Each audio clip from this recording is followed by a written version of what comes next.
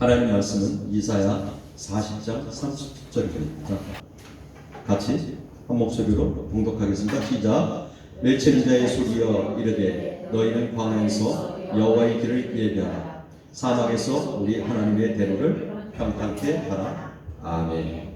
자, 오늘의 말씀은 기다림의 시간이라는 말씀을 가지고 말씀을 나눠보려고 합니다. 오늘은 대림절입니다. 대림절, 대강절, 또 강림절 이렇게 이야기합니다. 대림절은 성탄절 전 4주간을 의미하며 예수님의 초림과 재림을 기다리는 시간입니다. 대림이라는 단어는 오심을 기다린다라는 뜻을 담고 있죠. 그래서 기다릴 때 임할 림 이렇게 이야기합니다. 대강절은요, 내릴 강, 이래서 대강절이라고 이야기합니다. 이 시기는 교회력의 시작이고 또 어둠 가운데 있는 세상에 빛으로 오실 예수 그리스도를 기다리는 시간입니다. 대림절의 유래는 대충 이렇습니다. 초기 그리스도인들은 예수님의 탄생을 기념하며 이 시기를 준비하여 되고, 이후 교회는 성탄절 전 4주간을 대림절, 대강절로 예수님의 오심을 기다리며 경건한 생활을 강조했습니다.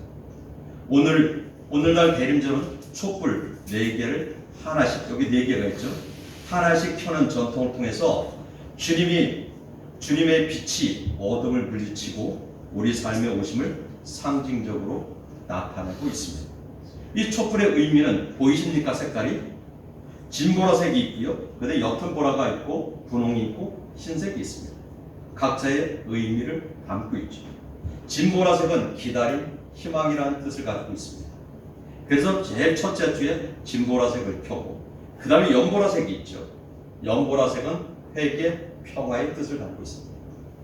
그 다음에 분홍색이 있죠. 분홍색은 어떤 뜻을 담고 있겠습니까? 분홍색이잖아요. 흥분하면 되겠죠. 기쁘지. 그러니까 기쁨의 뜻을 담고 있고, 그 다음에 흰색이 제일 마지막에 사랑, 화해 이런 뜻을 갖고 있습니다. 그래서 오늘은 첫째 주라 진보라색이 뭐라고 그랬습니까? 잠깐 제가 띄워드릴게요. 또 모를 것 같아서. 자, 진보라색이 뭐라고 했습니까? 기다림, 희망이죠. 오늘 우리 교회의 제일 연장자 되신 우리 오경의 권사님이 나오셔서 진보라색에 불을 붙이겠습니다. 나오십시오. 그렇지. 자, 됐습니다. 자, 박수. 그래서 우리가 촛불을 켜면서 오실 예수님을 기다리는 거죠. 그래서 이제 한 주간은 우리가 오실 예수님을 기다리는 주입니다. 그리고 예수님을 통해서 우리가 희망을 갖게 되죠. 왜요? 죄인이었는데 이제는 우리가 죄인이 아닌 새 삶을 누릴 수 있는 기쁨이 있기 때문에 그렇습니다. 지옥에 있던 우리가 이제는 천국으로 갈 수 있다는 희망, 기다림 있는 한 주가 됩니다.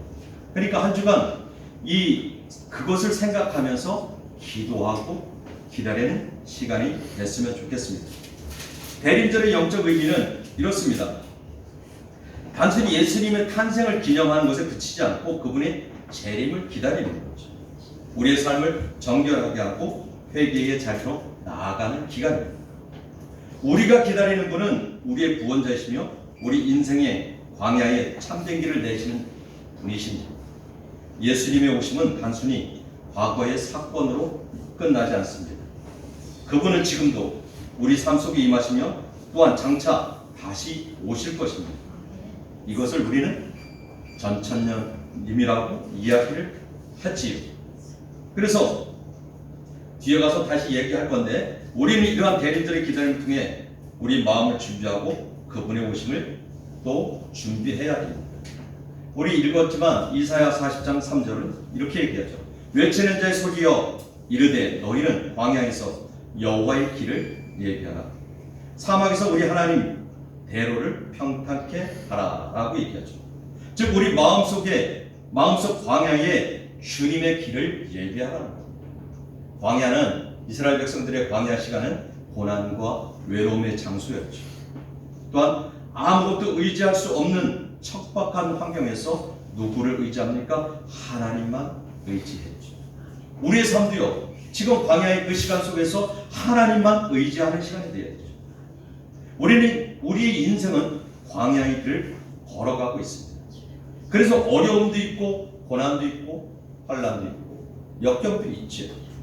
그렇지만 그 가운데 하나님이 일하심을 기억하고 또 생각하면서 하나님을 의지하면서 살아가야죠. 이것이 대림절의 의미입니다. 대림절은 이런 광야에서 우리가 주님의 길을 준비하는 시간입니다.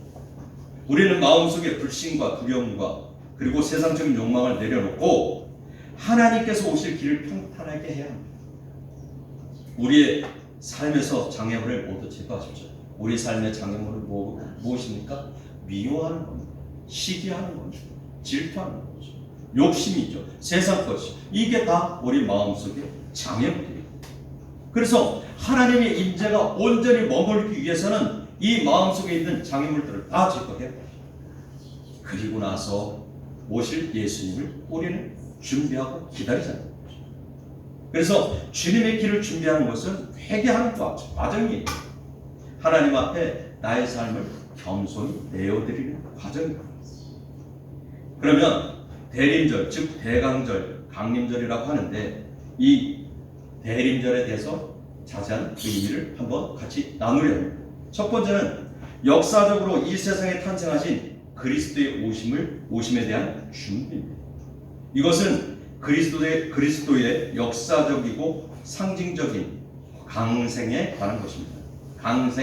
강생이라는 것은 하나님이 인간의 모습으로 세상에 태어나게 된 것을 강생이라고 합니다. 이것을 강생이라고 표현합니다. 즉 그리스도는 양성론을 가지고 있죠. 하나님이시면서 인간인 것, 그것이 그리스도입니다. 그래서 바로 이러한 강생, 그리스도께서 하나님이시면서도 인간으로 오신 모습을 우리는 기념하는 겁니다. 그래서 유다서 1장 21절에 이렇게 얘기했죠. 하나님의 사랑 안에서 자신을 지키며 영생에 이르도록 우리 주 예수 그리스도의 궁유를 기다리라 라고 이야기를 합니다. 두 번째는 세상 종말에 다시 오실 그리스도를 기다리는 것입니다. 세상 종말의 때를 준비하는 것이죠. 어떤 사람들은 지금이 종말의 때가 아니냐라고 이야기를 합니다. 그리스도의 재림과 심판에 대한 준비를 하는 시기이기 때문에 그렇습니다. 구원의 출발은 어디부터 시작하냐면 마지막 날을 기다리는 데서부터 출발을 합니다. 그리고 종말론적인 재림에 대한 기다림은 온 세상이 다시 찾게 될 일치에 대한 기다림이며 완성에 대한 기다림. 그렇다면 이렇게 종말론적인 시간을 살아가는 우리들이 특별히 대림절을 맞이하여 어떤 자세로 살아가야 될까요? 그것은 우리는 이제 심판으로 다시 오실 주님을 맞이할 준비를 해야 됩니다. 대림절에는 우리는 다시 오실 주님을 잊어버린 채 살아온 우리의 흐트러진 삶을 다시 한번 점검하고 또 점검해야 되죠. 그래서 다시 오실 예수님을 이야기를 하면서 뭐라고 하면 전천년설을 이야기합니다. 후천년설, 무천년설 이렇게 얘기해요. 학술적으로요. 그래서 전천년설은 예수님이 오시고 나서 천년왕국이 이루어진다. 이것이 우리가 믿고 가는 전천년설이에요. 어떤 분들은 후천년설을 이야기하기도 하죠. 이미 천년왕국이 이루어졌다. 천년왕국이 이루어졌다. 예수님은 벌써 오셨고 천년왕국이 이루어졌다라고 하는데 그것이 아니라 이제 예수님이 다시 오실 것입니다. 그리고 우리가 죽은 자들이 살아나는 천년왕국이 올 것을 이야기하고 있죠. 요한계시록 19장 20장에서 정확하게 이야기를 하고 있습니다. 그래서 이사야 11장 9절에 보면 내 거룩한 산 모든 곳에서 해됨도 없고 상함도 없을 것이니 이는 물이 바다를 덮음같이 여호와를 아는 지식이 세상에 충만할 것이라 라고 이야기를 하면서 천년왕국을 이야기하고 있습니다. 시편 73편 17절에 이렇게 얘기하죠. 하나님의 성소에 들어갈 때에야 그들이 종말을 내가 깨달았나이다. 참 우리가 하나님의 성소에 들어갈 때 종말의 때가 있구나라는 것을 깨닫다고 얘기를 하죠. 하박국 2장 3절에서 또 이렇게 얘기합니다. 이 묵시는 정한 때가 있나니, 정한 때가 있다고 얘기죠. 그 종말이 속히 이르겠고 결코 거짓되지 아니하리라. 비록 더딜지라도 기다리라. 지체되지 않고 반드시 응하리라. 비록 더딜지라도 기다리라는 거예요. 지체되지 않고 반드시 응할 거라고 하박국 선지자는 이야기하는 거예요. 그러니까 지금 우리는 기다려야 되죠.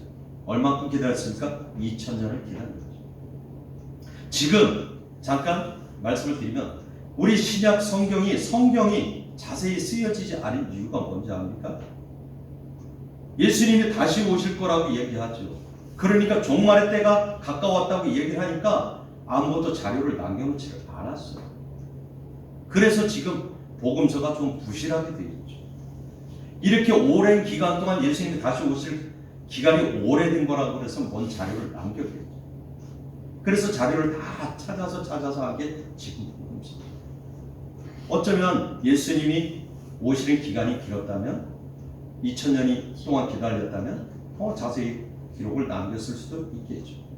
그런데 그 기간이 언제인지 우리는 알지 못하는 거죠. 천국에서의 하루는 1000년 같다 했거든요.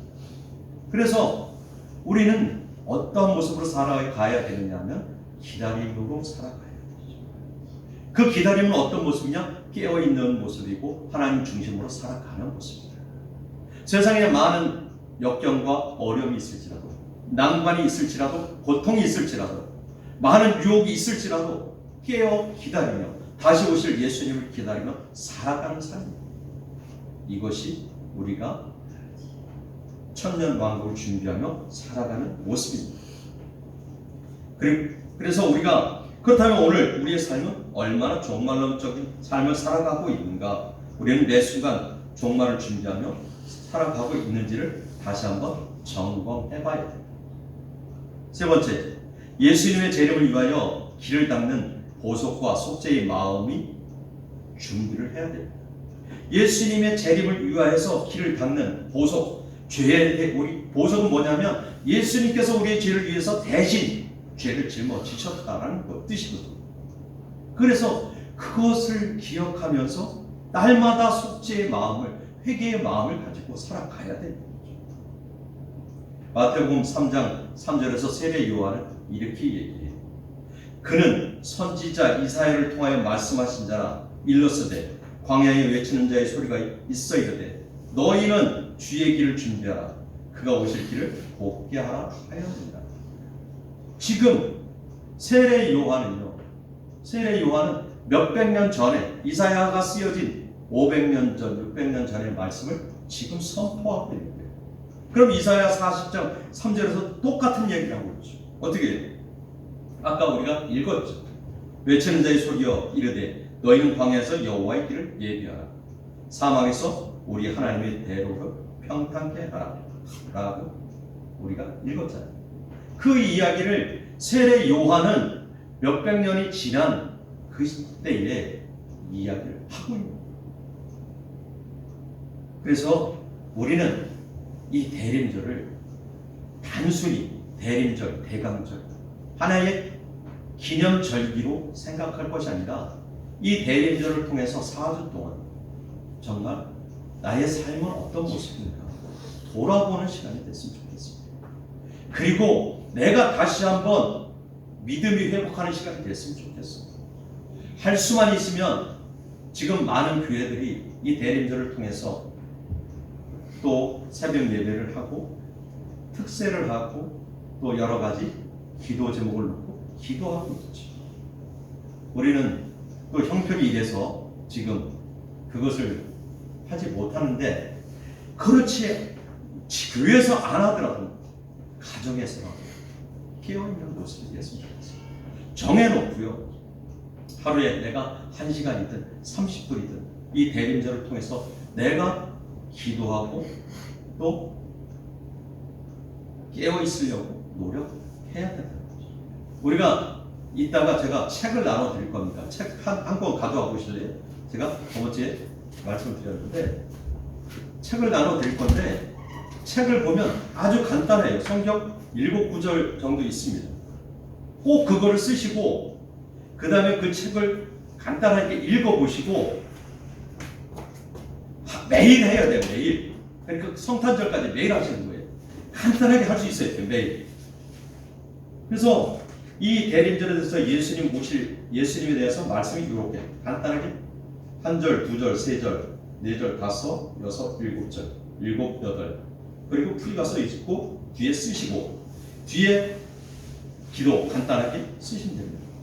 그러니까 요걸 한 권씩 나눠 드릴 거니까 우리 손순자 권사님도 한 권 드려도 될 것 같죠? 네. 네. 그래서 꼭 이거를 매일 쓰시면서 제가 검사 안 하더라도 어떻게 이걸 검사하겠습니까? 그죠? 검사 안 하더라도 꼭 쓰시면서 그 시간만큼은 하나님과 교통하는, 교제하는 그런 시간들이 됐으면 좋겠다는 거죠. 그래서 아까 얘기했듯이 우리 지금 진보라삭에 불을 피웠습니다. 불을 폈죠. 뭐라고 했습니까? 기다림, 희망이라고 했죠. 소망이라고 했죠. 그러니까 다시 내가 성령의 충만함으로 또 내가 하나님의 은혜를 입는 기다림, 그 시간이 됐으면 좋겠어요. 그래서 4개가 다 피워지고 성탄절날은 정말 내 안에 성령이 충만한 모습이 됐으면 좋겠어요. 그래서 내가 정말 이제 아무것도 두려움이 없어요. 왜? 하나님이 나와 함께 하십니다. 우리 암송 말씀 외웠죠? 자, 기억나십니까? 두려워 말라. 두려워하지 말라. 내가 나와 함께하면 또 두려워하지 말라. 나는 나의 하나님. 조글조글 하지 말고 제대로 해보세요. 내가 두려워 말라. 내가 너와 함께함이라. 놀라지 말라. 나는 너의 하나님이 됨이라. 내가 너를 붙들게 하리라. 참으로 너를 도와주리라. 나의 의로운 오른손으로 너를 붙들리라. 그러니까 그 말씀을 기억하면서 제가 지금 드리는 말씀 이거는 꼭 외워야 됩니다. 이게 꼭 외우시고 그거 말씀 붙들고 기도하십시오. 지금 12월 1일부터 또 다른 말씀이 나가거든요. 그걸 못 외우면 또 밀려나가거든요. 그러니까 그 말씀을 꼭 외우시고 그 말씀을 붙들고 기도하다 보면 그게 은혜가 됩니다. 그래서 이 대림절 4개의 촛불을 켜는 것을 하나의 전통과 의미로만 그 형식으로만 생각하지 마시고 이것을 통해서 매일 말씀 필사하시고 묵상하시고 기도하셔서 하나님과 동행되는 그런 삶을 사는 사주간이 됐으면 좋겠습니다. 물론 평생 그렇게 사셔야 됩니다. 평생 그렇게 사셔야 되는데 이 12월 대림절을 통해서 다시 한번 내가 생각을 다듬고 또 결단하고 그래서 오실 예수님을 기다리며 준비하는 우리 모두가 되어지기를 예수님의 이름으로 축복합니다. 아멘.